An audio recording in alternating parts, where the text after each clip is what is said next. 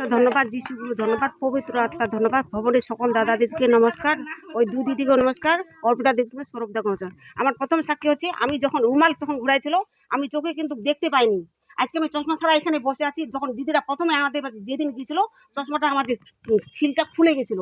আমি দিদিকে বলছিলাম যে চশমাটা আমার ভালোই ছিল, কেন খুলে গেল? তখন থেকে আমি চশমা ছাড়ছি, বাড়িতেও চশমা না, এখানেও চশমা নেই। আর যখন রুমাল ঘুরেছিল তখন আমার চোখে যেমন একটা ঝাপসা ছিল, ওই ঝাপসাটা যখন আমার ছুটে যায় আর চোখ মুখের যে আচ্ছা আচ্ছা ভাব সবারই দেখতে পাই আমি। এখন কিন্তু আমি কারো মুখে দেখতে পাই না রুমাল যখন ঘুরাইছিল। এটাই আমার বিশাল সাক্ষী। এখন আমি সবাই আগে দেখতে পাচ্ছি, পর থেকে এখন দেখতে পাই, পরিষ্কার দেখতে পাচ্ছি। এখন চোখগুলো কারো আচ্ছা আচ্ছা পড়ে না। এটা আমার প্রথম সাক্ষী। চশমাটা ভাঙে গেছিল সত্যি। এটা আমার একটু বড় মিরাক্কেল এটা দিয়েছে পিতা পরমেশ্বর। ধন্যবাদ হোক যিশু গুরু, ধন্যবাদ হোক পবিত্র আত্মার, ধন্যবাদ সকল দাদা দিদিকে নমস্কার, দুই দিদিকেও নমস্কার, অর্পিতা দি আর সৌরভ দাকেও নমস্কার। জয় যিশু, জয় যিশু। তো এই দিদির জীবনে বড় মিরাক্কেল করলো। তোমরা কি সবাই বুঝতে পারলা এই সাক্ষীটা?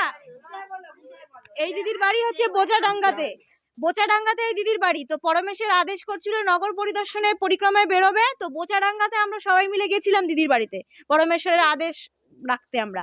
তো গত বুধবার দিনকা সেদিন ওখানে গিয়ে প্রার্থনা হলো, খুব সুন্দর প্রার্থনা হলো।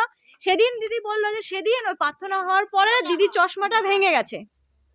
তখন দিদিকে বলছে চশমাটা ভেঙে গেল কেন? তাহলে সেদিন দেখো, সেদিন কথাটা মাথায় রাখো, সেদিন ভেঙে গেছে। আর আজকে তারপর থেকে বাড়িতে চশমা পরে নাই, তাও আজকে এখানে এসে রুমাল ঘোরানোর পর কি হলো, দিদি একদম ভালো দেখতে পাচ্ছে চোখে। তাহলে সেদিনই পরমেশ্বর ঢোকা মাত্রই, বাড়িতে পা দেওয়া মাত্রই বড় চমৎকার করে দিল। সেদিন একটা ইঙ্গিত দিয়ে দিল তোর চশমা প্রয়োজন নাই। যেটা চশমা ছাড়া দেখতে পারতো না দিদি একদম, আজকে সেই চশমা ছাড়াও দিদি দেখতে পাচ্ছে।